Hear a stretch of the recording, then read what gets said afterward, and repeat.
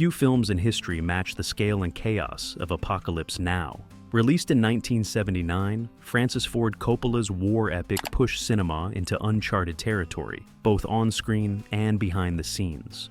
What was meant to be a 14-week shoot spiraled into years of challenges, accidents, and last-minute improvisations that nearly ended the production. Yet from this storm came one of the greatest war films ever made, a masterpiece shaped by disaster, obsession, and unexpected brilliance. In this video, we'll unpack hidden secrets that reveal the untold story behind this cinematic legend. Number 1. Born from a professor's dare. Sometimes the greatest ideas come from unexpected challenges. For screenwriter John Milius, the seed of Apocalypse Now was planted when one of his college professors claimed that no one had ever successfully adapted Joseph Conrad's novella, Heart of Darkness. Already fascinated by the Vietnam War, Milius began to imagine what that dark tale of a journey into the unknown might look like in a modern setting. His fascination wasn't purely academic. Milius once tried to enlist in the Marines during the late 1960s, but was rejected because of asthma. Instead, he studied film at USC, where he crossed paths with future legends like George Lucas. This combination of personal frustration, literary inspiration, and the turbulent times gave him the vision to transplant Conrad's story from 19th century Africa into the jungles of Vietnam. The result was a screenplay that would become one of the most ambitious war films ever made, setting the stage for years of both triumph and turmoil in bringing Apocalypse Now to life. Number 2. George Lucas' Lost Vietnam epic. Before Francis Ford Coppola stepped in, the project nearly took a very different path. John Milius originally asked his close friend George Lucas to direct, and Lucas was enthusiastic about the idea. His plan was unconventional. He wanted to film the story in black and white, on a shoestring budget, and shoot it documentary style in the California countryside. This vision would have created a stark and experimental war film, one that might have looked more like an underground feature than a grand Hollywood production. Lucas even imagined blending satire with bleak realism, pushing the film in an unusual direction that was far removed from the version we know today. However, Lucas's career took him elsewhere. He left Apocalypse Now behind to pursue other projects. Had he stayed, cinema history would have looked very different, and Apocalypse Now might have been remembered as a smaller, more eccentric film, instead of the epic masterpiece it became. Number 3. The title that mocked hippies. Every great film needs a memorable title, but this one came from a playful twist on a popular slogan of the time. In the late 1960s, California's counterculture often embraced phrases like Nirvana Now, promoting peace, spiritual exploration, and escape from the troubles of modern life. Screenwriter John Milius, however, had a contrarian streak and spun the phrase into something much darker. He jokingly coined the title Apocalypse Now, which turned the original idea on its head, reflecting chaos and collapse rather than peace and enlightenment. It was meant to poke fun at the hippie movement while also capturing the destructive energy of the Vietnam era.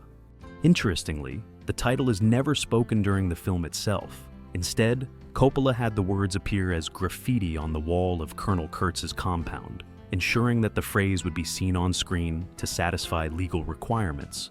That small detail transformed Milius's joke into one of the most iconic titles in cinema history. Number 4. Harvey Keitel's lost performance.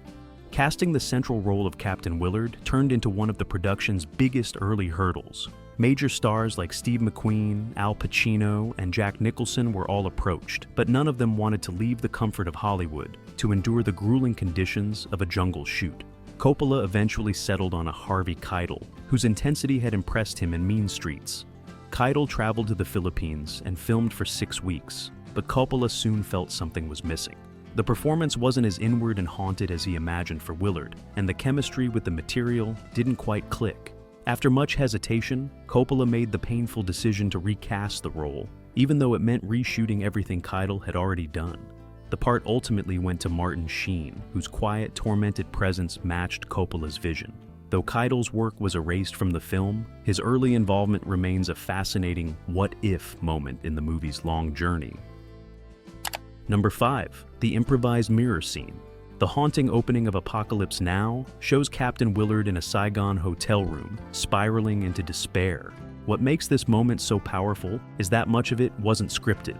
Martin Sheen was drinking heavily at the time and allowed his emotions to pour directly into the performance.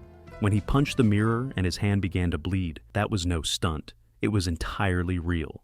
Coppola, recognizing the raw intensity of the moment, kept the cameras rolling. The crew wanted to stop and tend to Sheen, but the actor insisted on continuing, channeling his real turmoil into the character's breakdown. The result was both painful and unforgettable, blurring the line between actor and role. This improvised scene set the tone for the entire movie, reflecting not only Willard's descent into darkness, but also the chaotic and unpredictable spirit of the production itself. Number 6. Coppola gambled his fortune. The journey to bring Apocalypse Now to the screen was as risky financially as it was artistically. When traditional studio backing fell short, Francis Ford Coppola put his entire livelihood on the line. He mortgaged his home, his vineyards, and even signed over personal assets to secure the funding needed to complete the film. The stakes were enormous. If the movie failed, Coppola stood to lose not only his career, but everything he owned. This crushing pressure hung over the production, influencing nearly every decision he made. At one point, the interest rates on his loans soared, leaving him in an even more fragile position. Despite the immense stress, Coppola refused to compromise his vision. His gamble ultimately paid off, but the director admitted later that the fear of financial collapse weighed on him every single day of filming. It was an all-or-nothing bet that could have ended in ruin, but instead produced a cinematic legend. Number 7. A typhoon wiped out the set. As if the production wasn't already difficult, nature delivered a devastating blow. In 1976, Typhoon Olga tore through the Philippines, where the movie was being filmed, and left destruction in its wake. Entire sets were leveled, equipment was ruined, and weeks of work vanished overnight. The disaster forced the cast and crew to halt production for over a month while everything was rebuilt. Coppola, already stretched financially, now faced even higher costs and longer delays. The typhoon didn't just damage physical structures, it also crushed morale, adding to the sense that the movie might never get finished. Yet, from the chaos came a strange kind of resilience. Coppola rebuilt the destroyed sets on an even grander scale, refusing to let the storm dictate his vision. The typhoon became one more obstacle in a production already defined by setbacks, and surviving it added to the mythology that surrounds Apocalypse Now. Number 8. Martin Sheen's heart attack. Filming in the oppressive jungle took a serious toll on Martin Sheen, who was under enormous physical and emotional strain while playing Captain Willard. In the middle of production, he collapsed from a heart attack on a remote road. Struggling to reach help, he was eventually airlifted to a hospital, where his condition was so dire that a priest was called to deliver last rites. Back in Hollywood, the news was carefully downplayed to avoid further delays. Official reports claimed he was suffering from heat exhaustion, but Sheen later admitted the stress and lifestyle of the shoot had nearly broken him. Coppola even resorted to using Sheen's brother as a stand-in for certain shots while the actor recovered.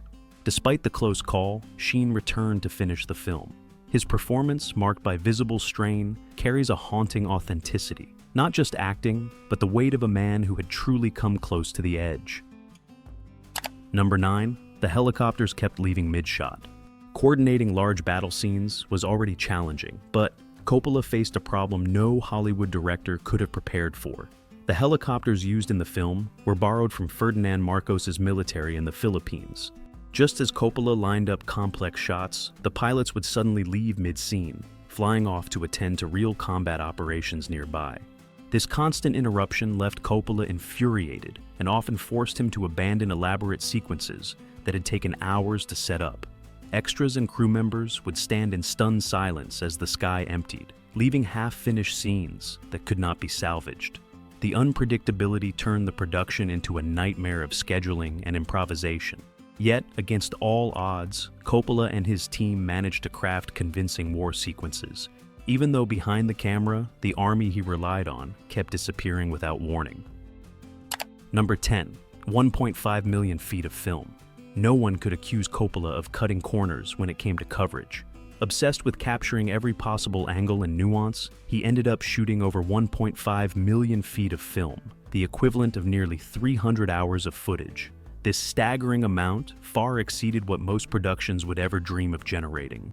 The sheer volume created endless challenges for the editing team, 4 different editors worked for years just to sift through the mountain of material, often struggling to piece together a clear storyline. Coppola's perfectionism meant that entire sequences were shot multiple times, with small variations that made the editing process even more daunting. Number 11. The opening shot found in the trash.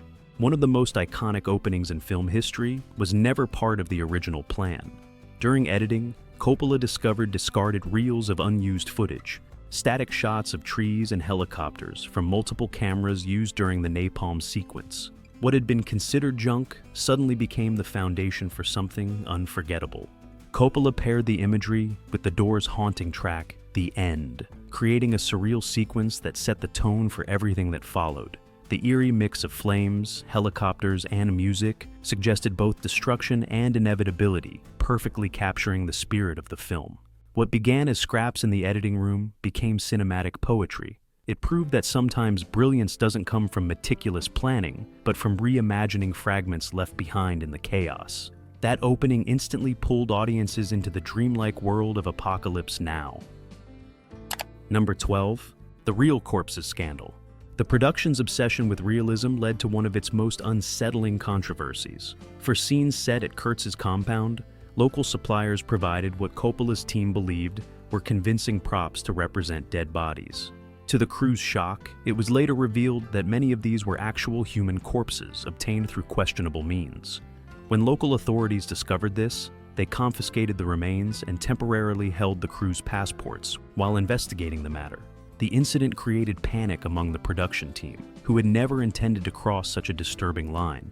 Ultimately, the filmmakers replaced the corpses with actors and dummies to finish the scenes. Though the scandal was resolved, it remains one of the strangest and most uncomfortable stories connected to the movie.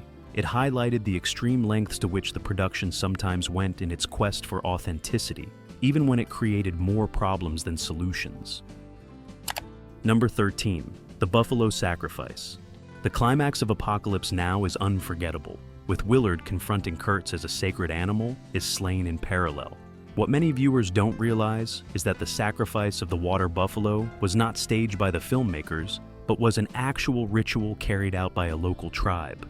Coppola filmed the event with multiple cameras, intercutting it with Kurtz's final moments to heighten the sense of ritual and inevitability. At the time, the choice raised debate, as many audiences were unprepared for such raw imagery. The tribe, however, viewed it as a normal ceremony, unrelated to the film's themes of war and madness. Coppola saw it as a way to bring authenticity and symbolism together, connecting cultural ritual with the narrative's descent into darkness. Number 14. Brando's shocking arrival. When it came time to film Colonel Kurtz's scenes, the production faced yet another unexpected crisis.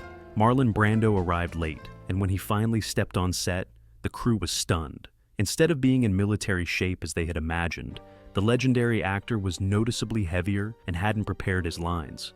Coppola, desperate to make it work, improvised solutions on the spot. Costumes had to be abandoned, and much of Kurtz's dialogue was reworked. To hide Brando's appearance, Coppola filmed him in shadows, turning what could have been a liability into a haunting stylistic choice. The improvisation added an eerie quality to the character, making Kurtz seem even more otherworldly and detached. Though the process was frustrating, Brando's improvisations and unpredictable presence gave the film a strange electricity.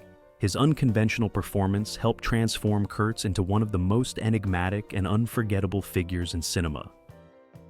Number 15. The Dog That Stole the Spotlight.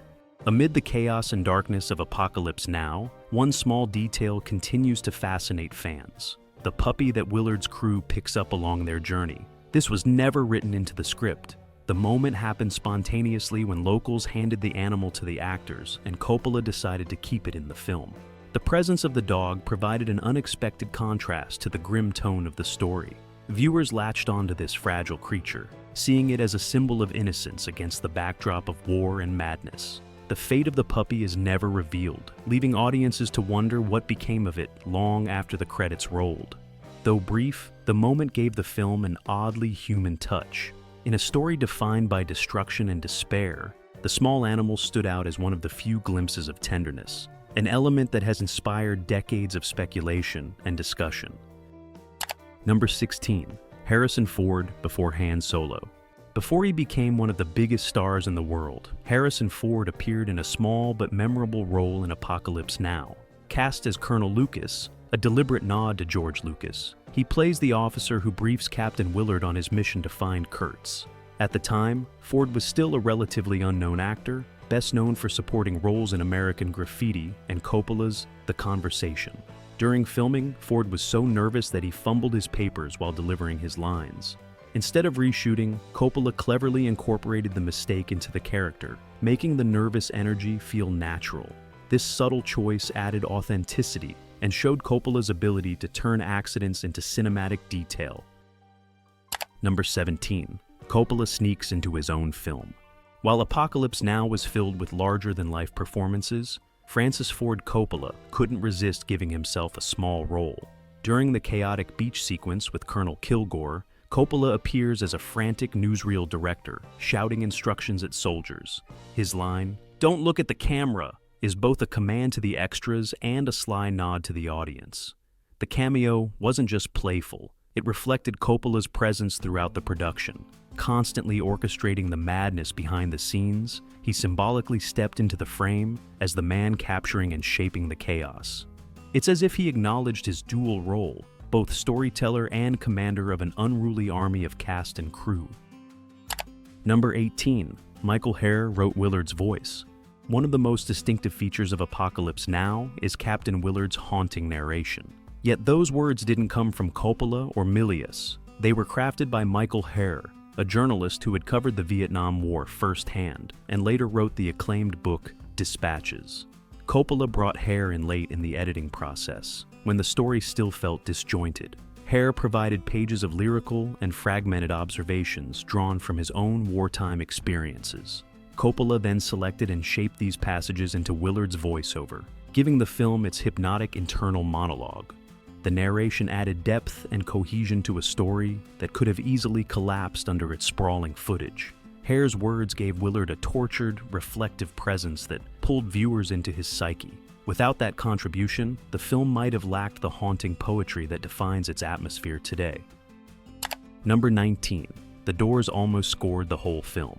Long before the final soundtrack took shape, Coppola toyed with a bold idea, scoring Apocalypse Now entirely with the music of The Doors. Having attended UCLA alongside the band members, Coppola had a personal connection and access to their recordings.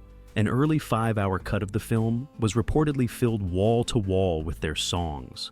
The pairing made sense, as The Doors' music captured the surreal, psychedelic tone that Coppola was striving for. Tracks like The End echoed themes of disintegration and madness that ran throughout the film. But as editing progressed, Coppola decided that a full rock soundtrack would overwhelm the story. Instead, he worked with his father, Carmine Coppola, to compose an original score that blended with carefully chosen Doors moments. The compromise created an unforgettable mix of rock and orchestral sounds, ensuring the film's audio was as unsettling and groundbreaking as its visuals. Number 20. 3 versions, 3 legacies. Apocalypse Now is unusual in that it has not one but 3 major versions, each shaping how audiences view the film. The 1979 theatrical release ran 153 minutes and introduced the world to Coppola's vision. In 2001, Coppola unveiled Apocalypse Now Redux, which restored 49 minutes of material, including the lengthy French plantation sequence that expanded on colonial themes. Even that wasn't the final word. In 2019, Coppola released Apocalypse Now, the final cut, which trimmed some of the excess from Redux while preserving the expanded scope. Running about 3 hours, it became his preferred edition, the one he felt best represented his intentions. Each version offers a different experience, sparking debate among fans about which is definitive.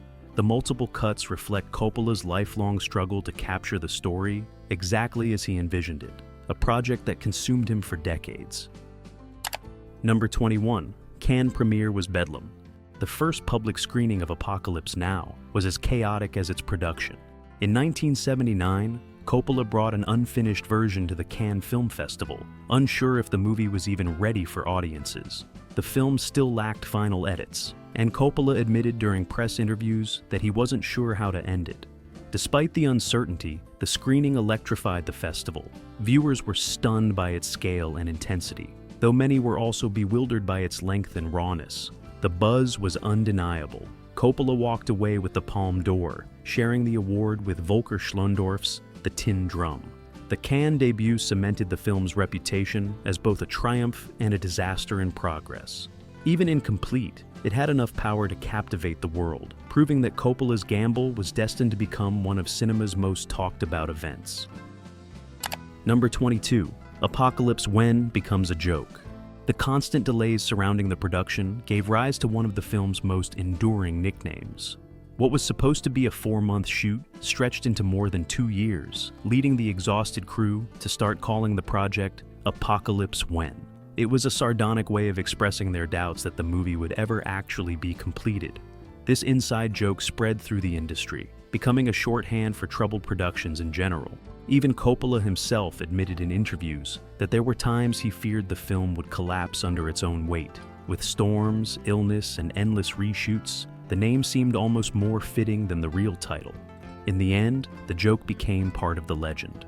Apocalypse When perfectly captured the sense of endless struggle and delay, while the finished movie proved that even the most chaotic productions can result in something extraordinary.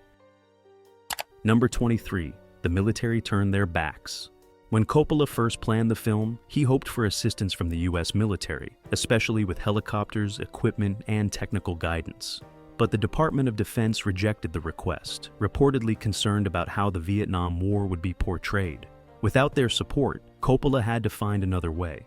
The solution came from an unlikely source, Philippine President Ferdinand Marcos, who agreed to lend helicopters and crews from his own forces. While it seemed like a blessing, it quickly turned into a nightmare. Pilots would abandon filming without warning to respond to real conflicts in the region, leaving Coppola scrambling to salvage scenes. Number 24. Kurtz's jungle temple was real. The imposing compound where Willard finally meets Kurtz wasn't a miniature or a matte painting. It was a full-scale structure built in the Philippine jungle. Coppola enlisted the help of the local army, who constructed massive stone walls and towers to give the set an ancient, almost mythical appearance. Unlike many Hollywood backdrops, this was no temporary facade. The temple was fully realized, large enough for dozens of extras to move through, and for cameras to capture it from every angle. Its scale gave the final act of the film an authenticity that would have been impossible with special effects at the time. Once filming ended, the jungle quickly reclaimed the site. Vines crept over the walls, animals moved in, and the structure slowly disappeared back into the landscape. Much like Kurtz himself, the temple became a symbol of power, consumed and erased by nature.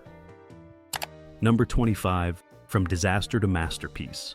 By the time Apocalypse Now finally reached theaters in 1979, the film had nearly destroyed its cast and crew. Early reviews were divided. Some critics called it unfocused, while others hailed it as groundbreaking. Despite the mixed reaction, audiences turned out in force, and the movie earned over $150 million worldwide against its ballooning budget. Awards recognition soon followed, with the film receiving 8 Academy Award nominations and winning 2, including Best Cinematography and Best Sound. More importantly, it gained a reputation as one of the greatest war films ever made. Coppola's gamble had paid off, though not without scars left on nearly everyone involved. In the decades since, the movie has been studied, dissected, and celebrated as both a work of art and a cautionary tale about the extremes of filmmaking. Out of chaos came something extraordinary, a testament to vision, resilience, and the thin line between failure and genius. The story of Apocalypse Now is almost as unforgettable as the film itself. What began as an ambitious adaptation of Heart of Darkness spiraled into one of the most chaotic productions in cinema history. Nature, illness, financial pressure, and unpredictable performances all threatened to derail it. Yet from that storm emerged a work that continues to inspire awe decades later. Its legacy proves that even when filmmaking feels impossible, determination and creativity can turn disaster into triumph. If you enjoyed this video, like and subscribe for more stories. And tell us, which of these secrets surprised you the most? Share your thoughts in the comments. We love to hear from you.